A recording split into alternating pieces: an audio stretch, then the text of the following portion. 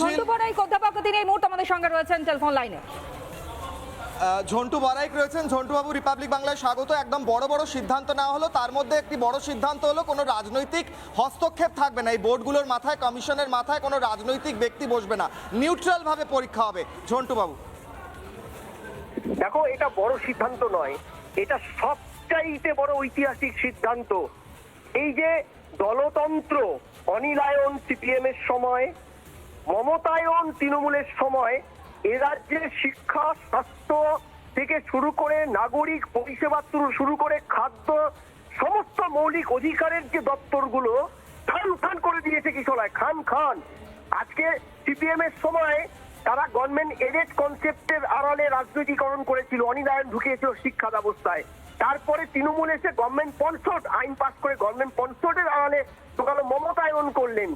এখন আজকে এই সরকার যখন সিদ্ধান্ত নিয়েছে কোন স্বশাসিত বোর্ডের মাথায় কোনো জনপ্রতিনিধি, কোনো পলিটিক্যাল পার্টির রিপ্রেজেন্টেটিভ, কোনো বর্ণ, কোনো মতাদর্শের লোক বসবে না, মানুষ বসবে, শিক্ষাবিদ বসবে, এবং চাকরি ক্ষেত্রে একটা নয়া পয়সা তাদের ফি দিতে হবে না। এটাকে তুমি শুধু বড় বললে অপমান করা হবে। এটা ঐতিহাসিক মানবিক একটি সরকার, যে জনগণের সরকার, তারা বিজেপির সরকার নয়, জনগণের সরকার। সেটা প্রত্যেকের, যারা তাকে ভোট দিয়েছে, যারা সেই দলটাকে ভোট দেয়নি, প্রত্যেকের সরকার, অর্থাৎ আক্ষরিক অর্থে রাম রাজত্ব। এটাই তো বলে হয়তো রাম রাজত্ব। সবার সমান অধিকার আছে, সবার বলার অধিকার আছে, সবার মূল্য আছে, সে যে মতাদর্শই বিলংস করুক না কেন। এটাই রামরাজ্য। এই কারণে আমি এই জন্য বলছি, দেখো, একটা সরকার রাজত্বের কথা বলছেন তনয়া, ঝন্টু বড়াইক বলছেন এটাই হয়তো রাম রাজত্ব, ঐতিহাসিক সিদ্ধান্ত। সেই ঐতিহাসিক সিদ্ধান্তে খুশি বাংলার চাকরি প্রার্থীরা এবং পরীক্ষার্থীরা। একেবারে তাই। আপাতত ধন্যবাদ জানাই এবং সর্বোপরি আপনাদেরকে জানিয়ে রাখি যে জনমুখী পরিবর্তন ইতিমধ্যেই রাজ্যের নিয়োগ নীতিতে নিয়েছে বর্তমান রাজ্য সরকার।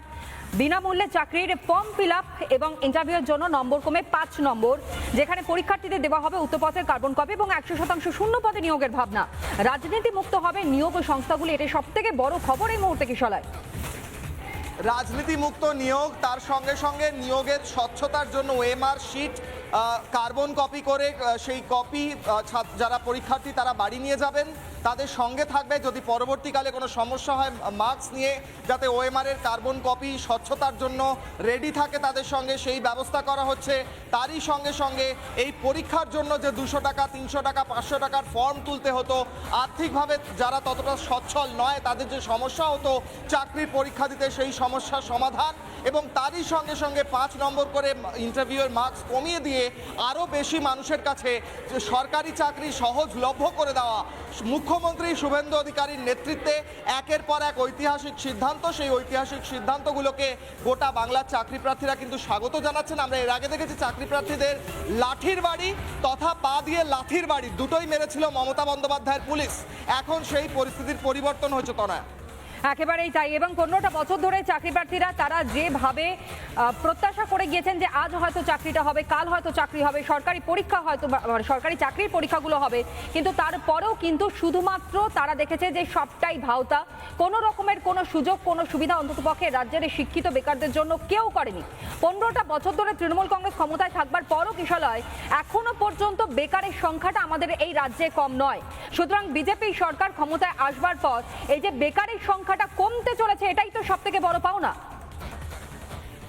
এবং এর পরে এ রাজ্যে সরকারি চাকরির যে বহু পদ খালি পড়ে রয়েছে, একদিকে চাকরি প্রার্থীরা রাস্তায় বসে আছেন, তারা চাকরি পাচ্ছেন না, অন্যদিকে চাকরি যারা চাইছেন তারা যেমন চাকরি পাচ্ছেন না, যেগুলো শূন্য পদ সেগুলো শূন্যই পড়ে থাকছে। এই দুটো প্রবলেমই সলভ হবে, চাকরি প্রার্থীরা চাকরি পাবেন এবং শূন্য পদগুলো ভরে উঠবে। এটাই তো রাজ্যের মানুষ অপেক্ষা করছেন, এটাই দেখার। একদমই তাই। আপাতত ধন্যবাদ জানাই তোমাকেও।